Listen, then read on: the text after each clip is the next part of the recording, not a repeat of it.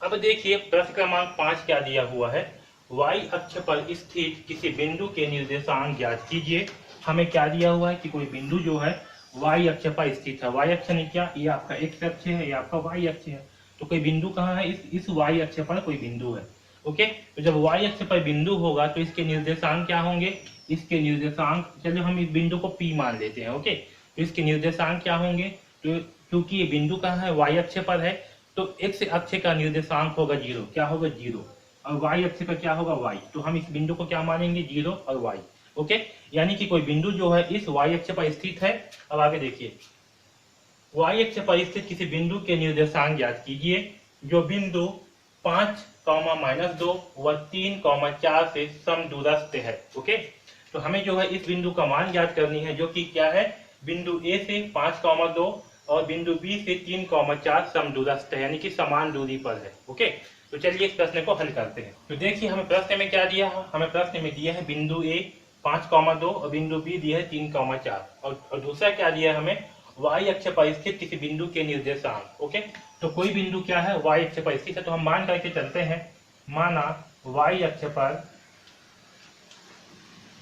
बिंदु P है, क्या है बिंदु P, तो हम मान करके चलते हैं कि y अक्ष पर क्या है बिंदु P है, जिसके निर्देशांक क्या है 0, y। ओके, तो इसका मान क्या होगा ये हमें निकालना है। ओके, अब देखिए प्रश्न में फिर क्या दिया है हमें कि जो बिंदु P है इसकी दूरी क्या है, बिंदु A से और बिंदु B से समान दूरी पर है, यानी कि PA का दूरी बराबर होगा आपका PB के दूरी के बराबर होगा। ठीक है, ये हमें प्रश्न में दिया हुआ है। ठीक, तो चलिए सबसे पहले हम क्या करते हैं, PA का मान निकाल लेते हैं। तो PA का मान के लिए क्या चाहिए हमें, PA का मान निकाल लेते हैं। ओके, तो PA का मान के लिए बिंदु P क्या दिया हुआ है, बिंदु P दिया है 0, y और बिंदु A क्या दिया हुआ है, बिंदु A दिया है हमें 5, -2।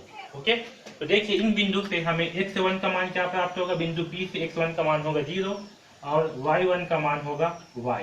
ओके, इसी प्रकार से बिंदु A से x2 का मान होगा 5 और y2 का मान होगा -2 होगा। तो चलिए अब इसे जो है हल कर लेते हैं। तो बिंदु PA का दूरी का सूत्र क्या होगा, वर्गमूल x2 - x1 का वर्ग प्लस y2 - y1 का वर्ग। तो हम जो है इस फार्मूले पे इन सारे मानों को रख देते हैं। तो देखिए x2 का मान कितना है 5, तो होगा 5 - x1 का मान है 0, तो 0 का वर्ग प्लस y2 का मान कितना है, y2 का मान है -2, तो होगा -2 माइनस y1 का मान कितना है y, तो -y का वर्ग हो जाएगा। ठीक है, अब देखिए इसे हल करते हैं तो हमें क्या प्राप्त होगा। तो यहाँ देखिए 5 का वर्ग है, तो क्या होगा ये 5 का वर्ग, तो आपका 25 हो जाएगा।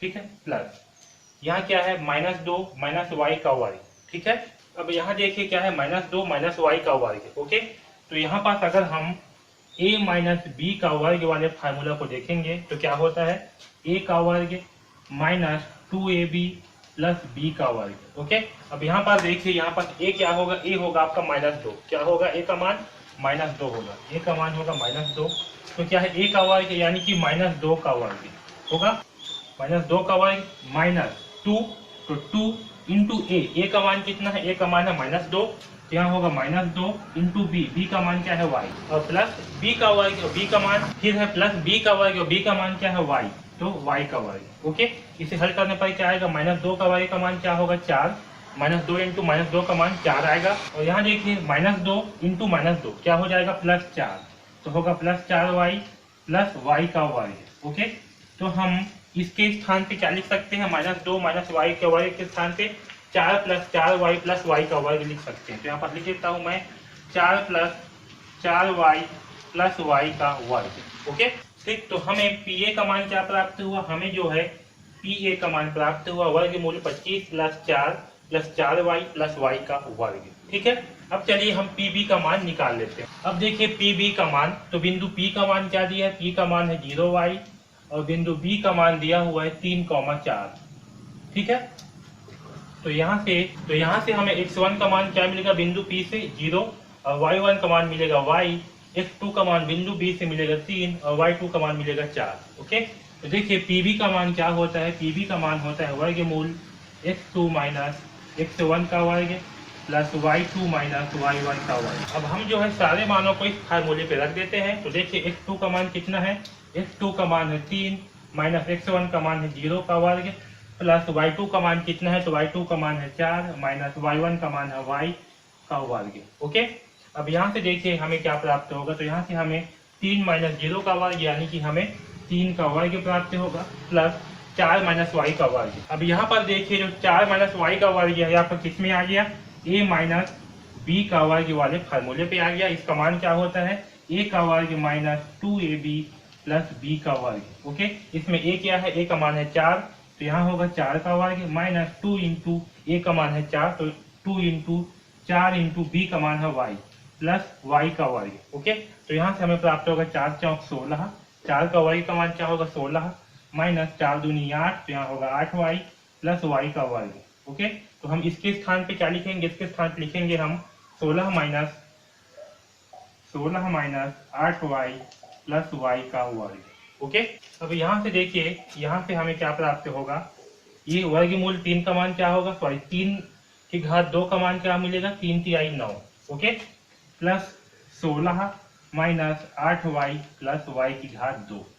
तो यहाँ से देखिए हमें पीबी का मान फाइनली प्राप्त होगा 16 और 9 कितना होगा 25, तो हो जाएगा 25 माइनस 8y प्लस y की घात 2।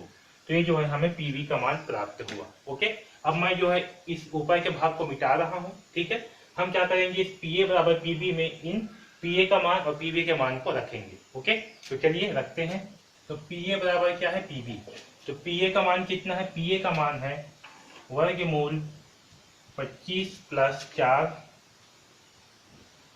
प्लस 4y प्लस y की घात 2, ये आपका पीए का मान है। और पीबी का मान कितना है, तो पीबी का मान है वर्गमूल 25 माइनस 8y प्लस y की घात 2, ये हमारा पीबी का मान है। ओके, अब देखिए दोनों पक्ष में हम क्या करते हैं, दोनों पक्ष में हम वर्ग करेंगे। तो दोनों पक्षों का वर्ग करने पर तो देखिए दोनों पक्ष का वर्ग करने पर हमें क्या प्राप्त होगा, यहाँ देखिए हमने क्या किया, दोनों पक्षों को वर्ग कर दिया, तो इस वर्ग से वर्गमूल क्या हो जाएगा कैंसल। ओके, इस साइड भी इस वर्ग से ये वर्गमूल हो जाएगा कैंसल। ठीक है, तो हमें क्या प्राप्त होगा, हमें प्राप्त होगा 25 plus 4 plus 4y plus y की घात 2। ओके, और इस तरफ हमें प्राप्त होगा 25 माइनस 8y प्लस y की घात 2। ठीक है, अब देखिए यहाँ पर मैं इन सारी चीजों को इधर पक्षांतर कर रहा हूँ। ठीक है, तो 25 माइनस इस 25 को इधर पक्षांतर करने पर क्या होगा माइनस 25, यहाँ प्लस 4 है तो प्लस 4 कर दिए। ओके, इस तरफ कोई संख्या नहीं है। अब यहाँ देखिए प्लस 4y है तो प्लस 4y, यहाँ से माइनस 8y को इस तरफ पक्षांतर करूंगा तो क्या हो जाएगा प्लस 8y होगा। अब देखिए क्या है, फिर प्लस y की घात 2 है, इस y की घात 2 को इधर पक्षांतर करने पर क्या हो जाएगा माइनस y की घात 2, तो इस तरफ बचेगा 0। ओके, अब देखिए 25 प्लस में है माइनस में, ये हो गया कैंसल, तो क्या बचा 4 बचा। यहाँ पास 4y प्लस 8y क्या हो जाएंगे 12y प्लस, अब यहाँ देखिए यहाँ y की घात 2 है प्लस y की घात 2, यहाँ माइनस y की घात 2, दोनों क्या हो जाएंगे कैंसल, तो हमें प्राप्त होगा बराबर 0। ओके, तो यहाँ से 12y बराबर, अब देखिए इस 4 को इस तरफ पक्षांतर कर देंगे तो क्या मिलेगा हमें -4 मिलेगा। ओके, क्या मिलेगा हमें -4 मिलेगा। अब यहाँ से हमें y का मान क्या प्राप्त होगा -4/12, इस 12 को पक्षांतर करने पर क्या होगा बटे में आ जाएगा, तो होगा -4/12। अब इसे सिंप्लीफाई करते हैं तो अंश और दोनों को 4 से भाग करेंगे, तो यहाँ से 4 से भाग करने पर क्या आएगा 4 एकम 4, तो -1 और 4 तिया 12। तो यहाँ से हमें y का मान क्या प्राप्त हुआ, y का मान हमें प्राप्त हुआ -1/3। ठीक है, क्या प्राप्त हुआ -1/3। ठीक है, और हमें p का निर्देशांक क्या था, तो p के निर्देशांक थे 0, y।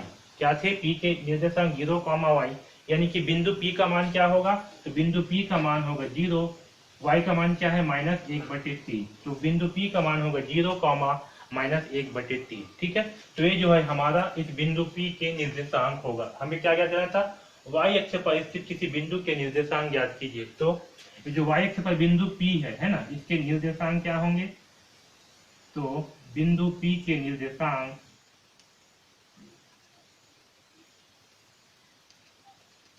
0, -1/3 होंगे। ठीक है, तो इस प्रकार से जो है हम इस प्रश्न क्रमांक 5 को हल करेंगे। ओके।